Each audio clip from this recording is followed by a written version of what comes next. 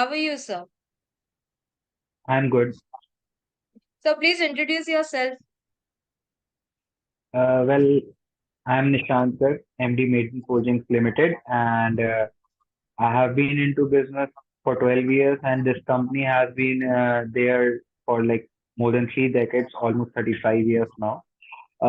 My father started the company, so it was a family-owned business, and I'm the second generation in the business. And so far, uh, so good. And for future, we are looking forward to multiply our growth. Okay. Maiden Forging IPO was a fresh issue, and they were issuing 37.84 lakh shares last year during March 23. So it's almost a year now. And the current CMP is 104 today. So we are looking forward for a good interview, and the investors will get a real good clue today. So tell us Thank you. about the core business of the company. First of all, thank you for the opportunity and to showcase our company over here. Talking about the core business of the company, currently the Maiden Forgings is engaged in production of and sales of 8 product lines as of now. That is stainless steel, carbon steel, alloy steel, and in each category, bright bars and wire, as well as carbon steel pneumatic gun nails and stainless steel pneumatic nails and ordinary nails. So 8 product lines in total that we are producing, uh, selling in India as well as abroad.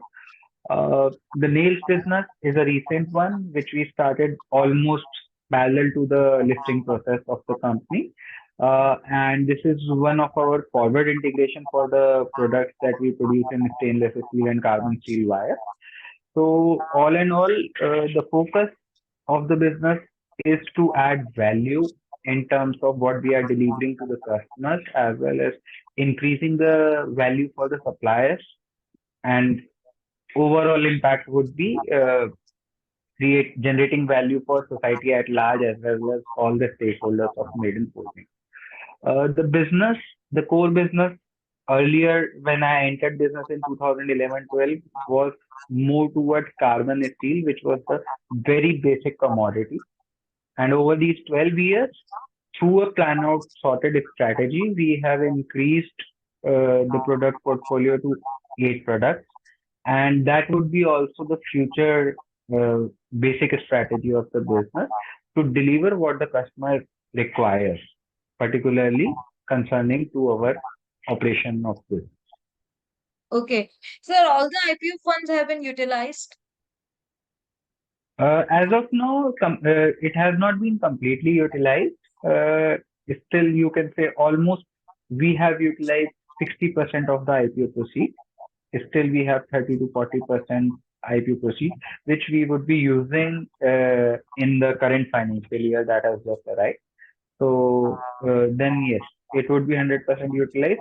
But as strategically planned before, these once these proceeds have been completely utilized, the company should be generating so much cash inflows that company becomes completely self-sufficient and do not have to rely on the external fundings for a for its own growth plans. But yes, if any extraordinary opportunity comes in, then definitely we would be not, we are not letting go a good opportunity, and we would be raising funds in case required. Okay. So what are the current order book condition? As in, sorry, The current order book condition of your products. order book condition. Order book is, I have also mentioned, I think around 1 month back on the exchange that uh, earlier, like last year, the run rate that the sales run rate, we have almost taken a 25 to 30% kind of a hike on month basis if we compare towards to the last financial year and this financial year end. So we have taken that kind of jump, and similar impact has been there on order book, approximately 30-35% increase vis-a-vis the average order book size of 1 year back. So you can say approximately right now it's maintaining somewhere between 25 crore to 30 crore at a given point of time. So that is the current order book tentatively. Okay, so how do you take the order and what is the completion period? See, Maiden Forgings, uh, Maiden Forgings has three USP that we have strategically maintained over these years or built over these years. One of them being the fastest delivery model that we have at our company. So, since we have eight product lines, every product line has a different operational cycle as well as delivery cycle. So, for example, carbon steel bright bars and wires, we do it within 48 hours to 72 hours kind of a delivery, and we are very accurate in that till now. Uh, 10 to 14 days is the industry standard for this product. For stainless steel, we are maintaining 30 to 35 days kind of a delivery. So the industry standard is 60 to 90 days. That is, we are doing it in 1 month. The industry standard is 60 to 90 days. That is 2 to 3 months. Okay. So that is the entire order cycle and the process for each of our products. We have a nice large marketing team as of now, and the people are assigned for product wise, more or less. So every market operates differently. When I'm talking about different markets, that means carbon steel, alloy steel, and stainless steel. Product can be any. So all three operate in a different manner, and that is why that forms our second USP, that we are able to manage all these product lines together. Everywhere the order taking process is different. For example, in alloy steel, generally the auto sector buys the alloy steel. So there the schedule comes on a monthly basis that you have to deliver on this date, and this is the schedule, this is the total quantity. Same way the uh, big brands such as Tata, JSW, these are producing the alloy steel, they take the order on a monthly basis. For stainless steel, it's more like you get a PO. The PO can be for delivery within 1 month or 2 months, depending on the customer's requirement. For carbon steel, it's a day-to-day market. Like, we are taking order of 60, 70, 80 tons every day, and we are back to back booking the raw materials of 60, 70, 80 tons. So we manage it that way. Okay, all your products are for automotive sector or they are for another sectors also? No, we are almost catering to 25% of our client base comes from the auto sector. 40%, that is the majority, comes from engineering sector, such as PEB shed builders, such as big companies like Interarc, Kirby, they are all our customers. Then 15 to 20% of our revenues currently comes from home appliances, furniture, and hardware industry, such as lock manufacturers. Then we have got TTK Prestige is one of our customers, which uses our steel for their pressure cookers and all. So such modular kitchen manufacturers come in this category. So 15 to 20% comes from that, and approximately 10% of our revenue comes from miscellaneous segments such as oil and gas, defense, etc. This is Okay, the please tell us about your manufacturing facility. Currently, our plants span around 125,000 square feet. There are three facilities: one for nails, another for wire, and the third one for the bars segment. And these are all located in Ghaziabad, that is just around 20-25 kilometers from Delhi, and Delhi forms the part of NCR. So all three are within a 1 kilometer radius, and they have all the latest equipment, because most of the equipment, the oldest equipment that we have currently comes from 2017 or 18. All the equipments are latest, and we keep on adding every year a few machinery for capacity enhancement or for product enhancement. So that is the current facility. But recently, just last week, we announced that we have acquired a land approximately, you can say, 2 lakh square feet kind of land area, which will should be we target to make it operational by maximum this October. So there we would be consolidating two of our bigger facilities, which will give us many operational efficiencies, cost efficiencies, as well as make the company very much rightly leveraged in terms of balance sheet. So these are the three core objectives that we target to achieve, as well as the fourth hidden but major target is that uh, plant would be much more well planned than the existing facilities. And that will help us bring in lot more bigger reputed clients globally. Those are present. So with these four objectives, we are consolidating two of our major plants at one location. The new location is all as well in Ghaziabad, but yes, around 20-25 kilometers away from here. Okay. All the manufacturing facilities are fully utilized?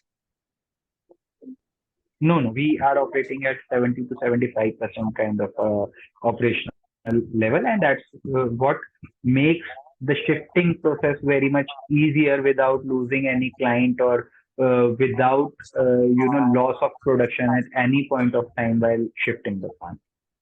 Okay. Who are your major clients? Uh, there are numerous clients, like few of them I have already named that, if in domestic, if we are talking about Kirby is there, then we have Interarc, then we have TTK Prestige, then we have got multiple vendors of Hero, Maruti, Tier 1 and Tier 2 companies, which are big suppliers to these companies, these automakers.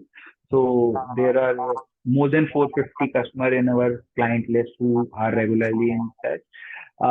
Almost you can say we have a 90% retention rate of our customers, oldest customers who came on board with us in 1989 and 90. That was the first, second, third customers. They are also still, buying materials from us. And the credit goes to the quality and delivery and service of our company. So What that is are major the, thing. yeah, sorry. What are the major achievements of the company? Like we are talking about in total You have lifetime or received current. many awards and what all Yeah, developments have happened. we have received on multiple occasions multiple reputed awards, and that has been more, see, because my father began the company and he was growing it at a good pace even till 2011-12. Then I joined the business, and by 2018-19, we had all these three locations in place, and we became slightly bigger player as to what we used to be. So post 2019 till 2023, because 2024 has just arrived, we have received multiple honors, which were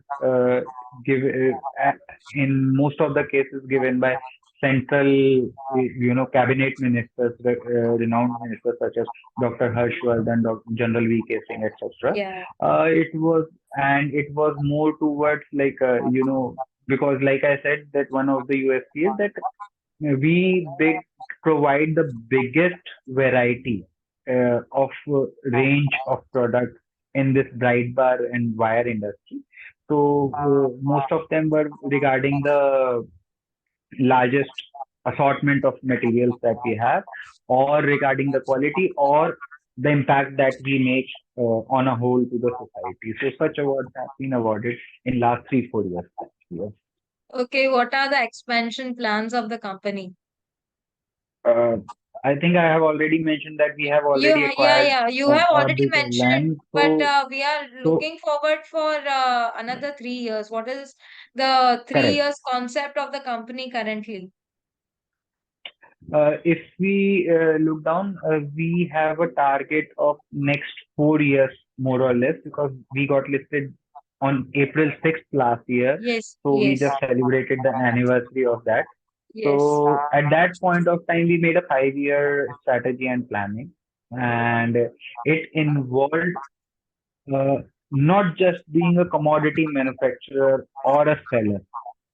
It involved going to the horizon because we got listed and we need to change the mindset from a private limited company to a publicly listed company. So we brought in more of you can say a professional approach as well as the uh, professional manpower to strategize and plan and build a company and grow a company, which is more a goal oriented approach rather than just going with the flow. So the 5 years target that we strategically planned post listing, uh, that included not just being a commodity manufacturer. That is why we expanded to the nails division. Uh, so that earlier we were just a B2B player. Now we also have with these products, which are all our forward integration and linked to our existing product, we have also an opportunity to reach the B2C market, especially the revolution that is going on in the Indian market. Like Hippo store is coming up, Shankara building products is expanding enormously. So we can, leverage these products to reach the B2C segment as well. And along with that, because our products have utilization in defense, railway, infra as well. So we are also expanding towards the B2G side of business. For example, just on 4th of April, like 5 days back, we first time got approval from Ordnance Factory Board for supply of our materials. And we are expecting very soon that we would be converting this approval into orders as well within this month itself. So B2C, B2B, and B2G, all three market segments get we are approaching, and this year should be the first year where we would be catering to all three segments. This was never done before. So this will help us grow much more faster because of the wider market segment reach. And that being said, the 5 year goal was that we will not be just a commodity manufacturer. We would be a supply chain innovator. We are also leveraging tech. The tech is underway, which we expect that by next financial year beginning, we should be able to launch that. The business we are already making in terms of exporting certain finished steel products, which still have a high demand, low supply kind of a matrix in terms of quality material. So we are acting as merchant exporters over there in those products. So we would be building an entire business model for multiple finished steel products, which link to our present line and innovating the supply chain from the basic raw material till the final consumer product. So we are innovating that page, and this will actually translate to the image of the company that we see, 3 or 4 years down the line from now. So we see around uh, our target is that by 2028 we should be able to, reach a revenue of 1,000 crores from 221 crore that we had at the time of list. So that is it. Okay, that's a great news. So, company is expanding moreover in high margin products. So, how much extra margin you are looking at in coming days? Profit See, margin.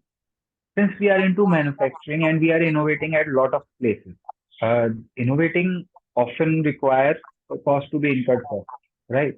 But that being said, like I said, we are working on a 5 year kind of a margin, and every year, as per our target, as well as our calculations and estimates, every year it should improve, and finally 5 years down the line at least we see a pat of around 8% or so, once we are reaching the 1,000 crore kind of a revenue mark that is targeted. So I look, it will be improving year on year basis. So that's what I look for the future. We are targeting at Okay. least 8% kind of a pat. What is the percentage of exports currently? Last year I think it was 7-8%. Currently, as per my estimate, we should have reached 10 to 12%. Final numbers are yet to come. And this coming financial year, because in our order book pending, already we have around more than, if we convert them euro orders also into dollars, we have around 300,000 approximately, $300,000 worth of orders that were pending as on 31st March, and which we would be catering within April or maximum by May first week.